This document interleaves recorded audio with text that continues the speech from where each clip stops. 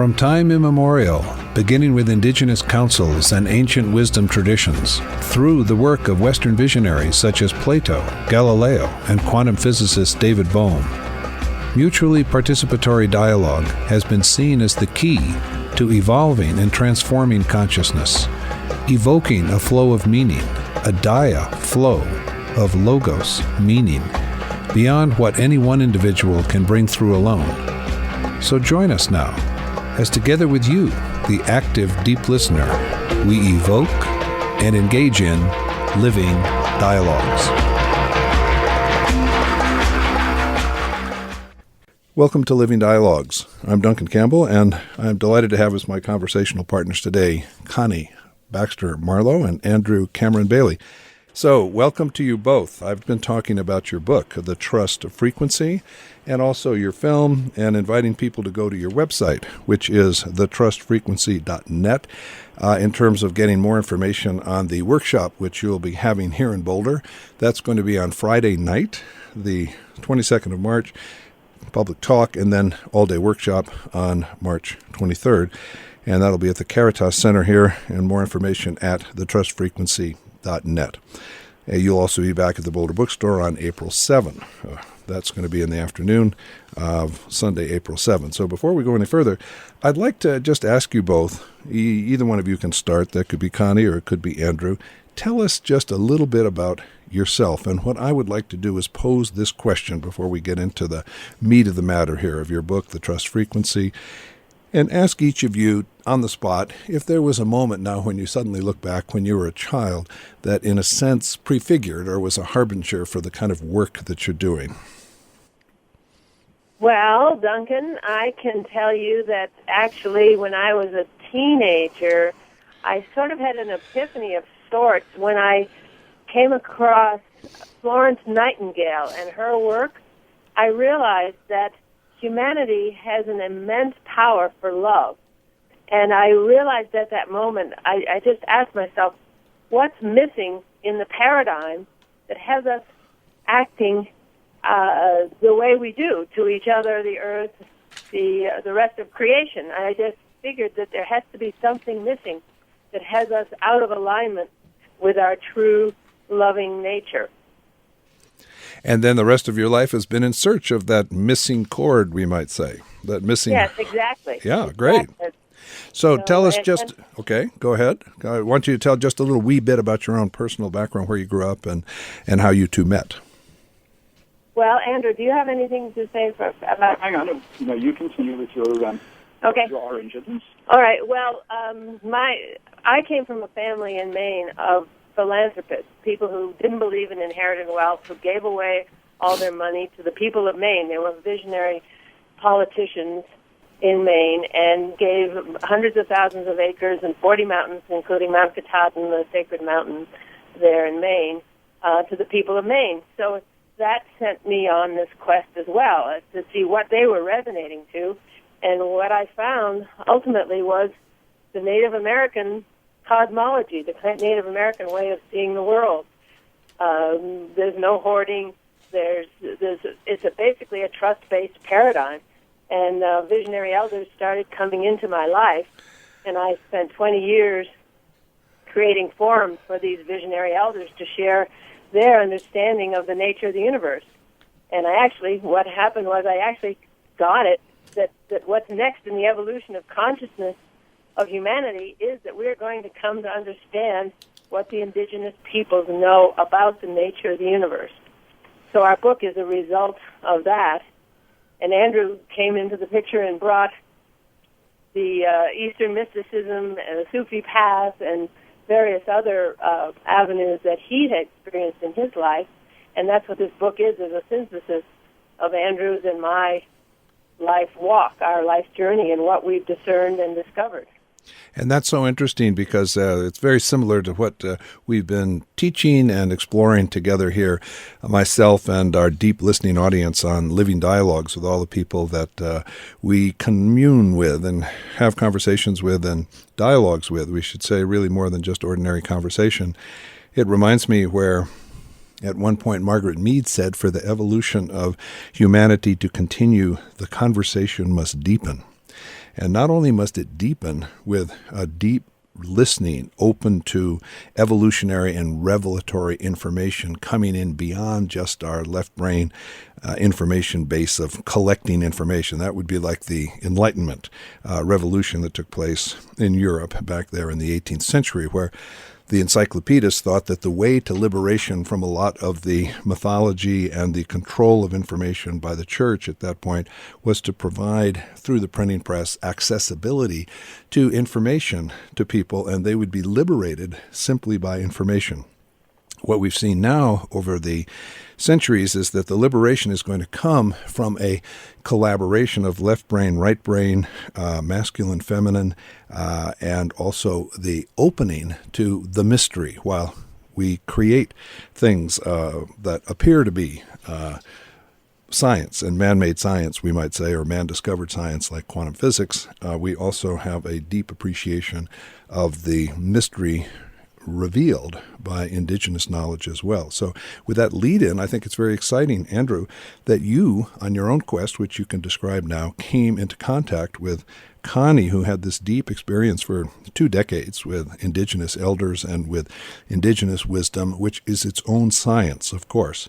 But you had a kind of Western left brain science background in chemistry, and you were lecturing in that in South Africa, and then you came to the United States and things changed. But what I'd like you to do before you talk about that is just an event from your childhood, just suddenly that comes to mind that really was a harbinger of your life work. Well, as you just mentioned, I grew up in South Africa, and at some point during the 1950s, because I graduated from high school in 1960, so it would have been around about 1956, I'd be 14, I met my first genius, who was a schoolmate of mine. He, too, was 14 years old. He was literally a genius. He was an amazing poet, an amazing mathematician, extraordinary individual. And he started bringing to school books like Buddhist texts and On the Road by Jack Kerouac. Oh, yeah, right. I read that behind my religion book in 1957. There you go. There you go, yeah. We were probably doing it exactly synchronistically at the identical moment on opposite sides of the planet. Yeah. That I can definitely trace the beginnings to that. And then at some point in the late 60s, mid to late 60s, reading something, I think, in a Life magazine, I came across a phrase that said it was cosmic consciousness. And whatever background I'd had before that, it was like, cosmic consciousness, whatever that is, I want it. Where do you find it? I had a girlfriend at the time who said, India. And I said, California. So I went to California. She went to India. I don't know what she discovered, but I know what I did. And it was what's expressed in this book. Well, I must say that our journeys have been, in many ways, very similar, and I know that there are a number of people in our audience of all age groups that kind of recognize these patterns. If we go back to Jack Kerouac, he was a very inspirational figure in the 50s for a number of us, and one of the books that he wrote, called The Dharma Bums, featured a fictional character, Jaffe Ryder, who turns out, of course, to be Gary Snyder, who wrote the wonderful book Earth Household that I read in law school and was very influential in talking about how there's a civilization establishment, meaning there's an overlay in our planet, particularly in the Western world, of what we, quote, call civilization, which over the centuries has become estranged, particularly in the last 400 to 500 years, from the natural alignment and attunement with a living universe.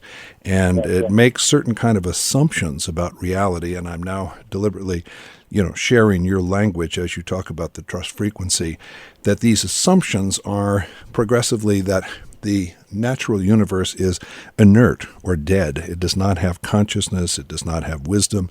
It is the material world that is there for us to exploit for human convenience and human empowerment with the really extraordinary power of our tool-making brain, which has evolved in very sophisticated ways, but has paid a terrible price of estranging itself and alienating itself from the joy and the lived experience of belonging in an alive universe, which really is our indigenous heritage. We've taught this on Living Dialogues for 2 decades. that it's in our DNA, both psychically and physically, and it needs to be called back into an awakening and a balance with the overdeveloped and one-sided technologies that we have developed that have made life maybe more convenient, human reach maybe more superficially powerful, but have created a terrible emotional imbalance and great natural destruction, as we're now dealing with climate change and so on. And so one of the things I'm going to quote to get into your book comes from your film. Again, we're very much in alignment in the work we do, and so are our deep listeners that have been listening to this program for 2 decades. So we'll proceed right to the meat of it. Your film, In Search of the Future in the Evolutionary Spiral, has a dialogue with your friend, or some words from your friend, Andrew, that was one of your mentors there in Santa Cruz, Ralph Abraham. And he says, I think very pithily, quote, "We can only have a future in our oil-based economy once that oil-based economy transforms. And we can only have a future to the extent that we can imagine a sustainable and peaceful future, and we've not yet been able to imagine such a future. And such imagining cannot happen without a planetary cultural evolution." Close quote. So what we're saying here is that it's not a matter of just changing the deck chairs on the Titanic or thinking we're going to out-invent or invent ourselves out of the dilemmas that we're in, climate change, peak oil, and all the rest of it. But we need to actually imagine a new paradigm, imagine a whole new way of understanding our lives. And the two of you are coming together from your backgrounds you've just described to bring both feminine and masculine energies together in what I have called for years a sacred marriage, which brings the indigenous mind and the modern mind together in a new third term, which can only be brought through in collaboration. And your work, I think, is a very interesting example of precisely that. Because what we've also said on Living Dialogues is that the new consciousness that needs to come through and is meant to come through evolutionarily so that the human race can survive is a diamond-like consciousness in which each one of us is a facet of the diamond. And so it's not a matter of finding a teacher or a guru or a charismatic CEO or the founder of a new company. It's a matter of us working together to bring forth and call forth the kind of peaceful and sustainable imagined world that can become a reality that Ralph was talking about. And you've done that in your book, The Trust Frequency, the two of you. And so I'd like to invite either one of you to begin by telling us what in a broad base is this new trust frequency perception that you have. It's not that the trust frequency is new, but you have a kind of your own way of contributing an original way of looking at it. So either one of you go first.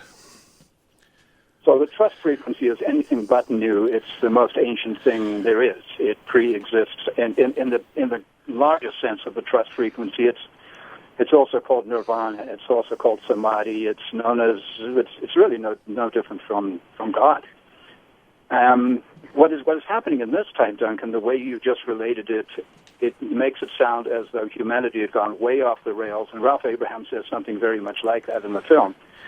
We appear to be on a train track to hell, I think he says, and we appear to be. However, nothing can be, in our cosmology, nothing can be out of place. What is happening is that the inevitability of our DNA, the unfoldment, the next phase of our evolution is at the very beginning, or well advanced, but early on in the evolution toward the next phase of our species.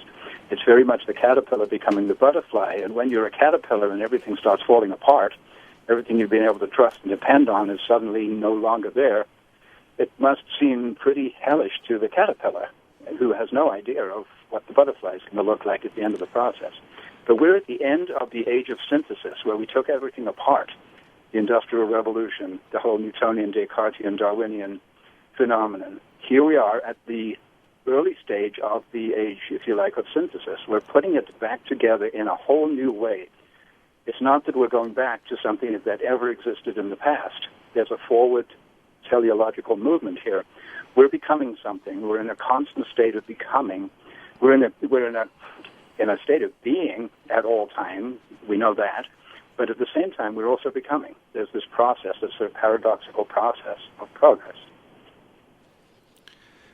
Yes, and what we're bringing with this trust frequency concept is that there's actually a frequency, that everything is a frequency, and that right now we're in what we're calling essentially the fear frequency, and we have the free will to change our frequency individually and ultimately collectively, and that in the higher frequencies the laws are different. So there is not an extrapolation from this frequency to the next frequency, to the trust frequency. There's a leap in between where we actually go to into a situation where the laws are different. It's a totally different ball game, and it's an abundant universe. It's not just the word sustainable. To me, just doesn't fit, because we're looking at an abundant universe. It's not based on limitation and scarcity, because those are the rules of the frequency here. And so it's very hard for our minds to even grasp what is in this higher frequency. And we're just giving some tools to people to know that there is a higher frequency. We have the free will to get there, and it's beyond our ability to imagine. And let me just really seize upon the way you use the word sustainable there. It's very interesting. I don't know what Ralph Abraham meant by it, but I gave him the benefit of the doubt that what he meant by sustainable in this new imagined world was something that is creative and enduring in a continual process of evolution rather than self-extinguishing and destructive. But you're right in that the corporate media has seized upon the word sustainable and distorted it and leached it of meaning to the point that they'll describe even fossil fuel-based energy as sustainable. So I want to make very clear that when I use the word sustainable, I'm not talking about something any different than what you're talking about in terms of the alive universe and the kind of trust frequency that you both mentioned. And so let me just clarify a little bit from your own book for the listeners that may not be used to this language, but we're actually saying the same things.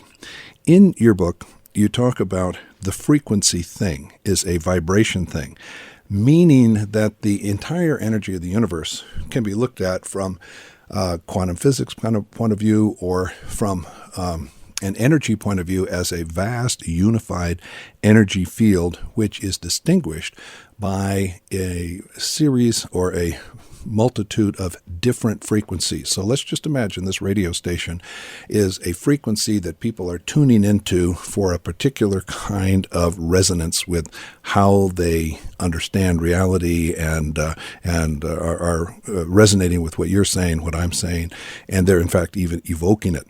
Now they might tune on to another channel on the same radio that they use, and they might have a completely different frequency. It might be right-wing talk radio, for instance. So what you're saying is that there's the possibility through free will and through our awareness to actually understand that our thoughts, and I'm quoting for your book, our thoughts and our consciousness are a frequency thing, a vibration thing, and from our thoughts or our consciousness, the actions that we take will mirror a reality back to us that depends on what those thoughts are. So if the frequency of our thoughts is determined by our underlying assumption, and if we have core assumptions that we are all separate from the universe and that only the material universe is real, and if there's a concept as there is built into our economic system of scarcity, we end up frequently having thoughts of scarcity, fear, doubt, and that kind of habituation leads to certain kinds of negative actions on our own part personally, but also a negative systemic orientation in how we organize ourselves as humans, politically, economically, in terms of religion, and so on. And you're holding forth the possibility that there is evidence, both in indigenous knowledge and in the deepest scientific knowledge from the Western point of view, that indicates that the world is, as you put it, a conscious, loving universe, and that love is unconditional. And if we tune into that assumption, we have experiences of love and openness and joy, and the world begins to shift as we experience it from the world we experience when our inner thoughts and assumptions are based on scarcity and fear and doubt and continually reinforced by a media thriving on propagating fear and doubt. Yeah. So that was to summarize your book and invite you then to talk about the core idea, since we only have a few minutes left of having said all that in your book. Lead into here is giving you an opening to talk about your upcoming workshop and what you're going to be talking about when you come here and say people, yeah, okay, so now what? Well, one thing I wanted to just point out that you talked about the unconditional love of the universe. One thing we're bringing to the table is that the nature of unconditional love is that it must give us everything we ask for. It loves us so much that it has to give us everything we ask for, and our basic assumptions, our attitude, where we put our attention, our actions, are all requests to the universe. So that's how the universe gives back to us out of love. If we believe in scarcity, we get scarcity. If we believe there's another, we get war. There is only love, is what we're saying, and the nature of that love means that we have to understand what our requests are, and those are our deep assumptions, our deep beliefs. And in this workshop, we're going to be exploring those deep beliefs, uprooting them, and replacing them, or with our suggested 10 assumptions. There are many assumptions, there's many ways of articulating it, but we'll just be initiating, because it's only a day long, we'll be initiating the process of people examining exactly what their core assumptions are, because many people are very conscious, to feel that they're very conscious, are overlaying beliefs on these core deep assumptions of scarcity, of the other, of that we have we're carrying cellularly. So constantly reinforced by the media, as you were saying.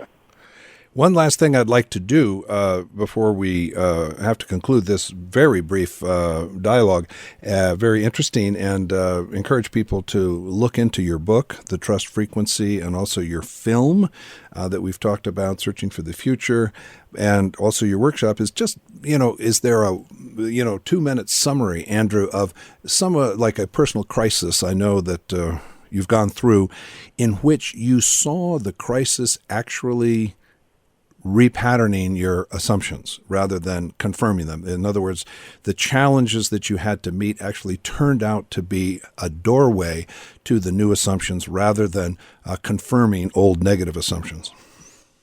Yeah, that's an amazing thing, Duncan. It always takes a little time to get a perspective and look back on it. But I don't know if you know this, but recently, not so long ago, Connie and I were relatively wealthy. We had some lovely properties down in Sedona, Arizona, and we had a retreat center called the Institute, INN, the Institute at Sedona. Mm-hmm. It was lovely, but we couldn't sustain it. There's that word. It was 2006. We were attempting to launch this visionary thing, and we ended up losing the properties, and that looked on the surface like a bad thing. But with a couple of years' perspective on it, it's actually very liberating. We have the book done. We have the freedom to do that. And here we are, free. We're on the road and promoting the book and our work and just loving it. So it's extraordinary. I'll say something. It was really an amazingly cleansing experience to lose everything. Then you're forced into trust. You see, that's why everything's collapsing now, to get us out of our traditional way of thinking and our attachment to the traditional way of thinking and being. We're being forced. All the earth changes, the storms and all that. I mean, it is coming through the East Coast and slamming the East Coast where it's so rigid, It's just getting us, we just have to get into our hearts, into our neighbors, into trusting a loving universe. We can't trust the banks anymore. We can't trust that our house is going to exist anymore because it may be taken by the banks or taken by a storm or a sinkhole or whatever it is. So people should go to CaritasSpiritist.org for information on this workshop. The workshop information is not on our website. It's an interactive blog, so anybody who would like to comment, please do so. We'd really, really like to hear from you. Yeah, come explore the ideas and join the conversation, and we're just looking forward to a receptivity of these ideas so we can start really exploring them with others. And like you said, this diamond-faceted evolution of consciousness, we all bringing our facets of the diamond together and creating a diamond that nobody's ever seen before.